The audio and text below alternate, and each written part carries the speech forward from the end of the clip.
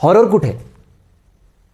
हा एक horror comedy चित्रपट आहे, पण यात कॉमेडी भरपूर असली तरी हॉरर खूपच कमी आहे.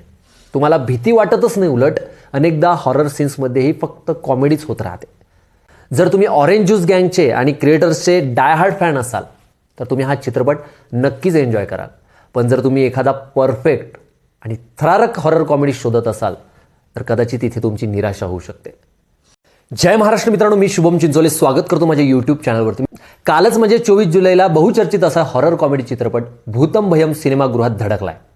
आपली लाडकी ऑरेंज ज्यूस गँग म्हणजेच आपले आवडते डिजिटल क्रिएटर्स पहिल्यांदाच मोठ्या पडद्यावर आले आहेत. मग हा चित्रपट कसा झालाय, बघण्यासारखा आहे की नाही? चला तर मग बघूया आजच्या या संपूर्ण रिव्ह्यूमध्ये. सुरुवात करूया कथेपासून. चित्रपटाची कथा 7 बेरोजगार मित्रांभोवती फिरते, ज्यांना अचानक एक रहस्यमय परिस म्हणजेच जादुई दगड सापडतो. आता हा परिस त्यांचं नशीब बदलणार की त्यांना नव्या संकटात ढकलणार ह्या चित्रपटात दाखवलं आहे. चित्रपटाचा सर्वात मोठा प्लस पॉईंट म्हणजे या सर्व कलाकारांचीच, म्हणजेच सौरभ घाडगे असेल, करण सोनवणे असेल, नील साळेकर असेल, शुभम जाधव आणि सिद्धांत सरफरे. भन्नाट केमिस्ट्री आहे. त्यांचं कॉमिक टायमिंग पण एवढं जबरदस्त आहे की फर्स्ट हाफमध्ये तुम्ही खळखळून हसता. त्यानंतर पुष्कराज चिरपुटकर, मनमित पेम आणि छाया कदम मॅडम यांची साथ एकदम उत्तम मिळालेली. दिग्दर्शन म्हणून रामचंद्र गावकर यांनी सुरुवातीलाच तुम्हाला कथेशी जोडून ठेवण्यात यश मिळवलेलं आहे. चित्रपटाचे जे काही निगेटिव्ह पॉईंट्स आहेत ते आपण थोडक्यात मांडणार आहोत. जसा जसा चित्रपट पुढे सरकतो तशा काही निगेटिव्ह गोष्टीही प्रकर्षाने जाणवतात. हॉरर कुठे? हा एक हॉरर कॉमेडी चित्रपट आहे, पण यात कॉमेडी भरपूर असली तरी हॉरर खूपच कमी आहे.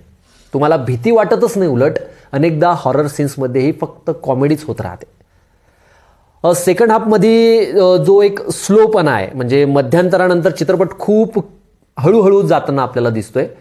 7-8 मुख्य पात्र असल्यामुळे कथेत थोडा गोंधळ उडतो आणि काही महत्त्वाच्या पात्रांना स्क्रीनवर पुरेसा वेळ सुद्धा मिळत नाही. टेक्निकल बाजूचा जर विचार केला तर चित्रपटाचे जे VFX आहेत ना आणि एडिटिंग अजून थोडं शार्प करता आले असते. क्लायमॅक्स थोडा ओढून ताणून मोठा केल्यासारखा वाटतोय, तर तोही कदाचित बदलला जाऊ शकला असता. हा वन टाइम वॉच आणि टाइमपास हलका फुलका चित्रपट आहे. जर तुम्ही ऑरेंज ज्यूस गँगचे आणि क्रिएटर्सचे डाय हार्ड फॅन असाल तर तुम्ही हा चित्रपट नक्कीच एन्जॉय कराल. पण जर तुम्ही एखादा परफेक्ट आणि थरारक हॉरर कॉमेडी शोधत असाल तर कदाचित इथे तुमची निराशा होऊ शकते. मी या चित्रपटाला देईल 2.5 स्टार आउट ऑफ 5. तर मित्रांनो, तुम्ही भूतम भयम पाहिलाय का?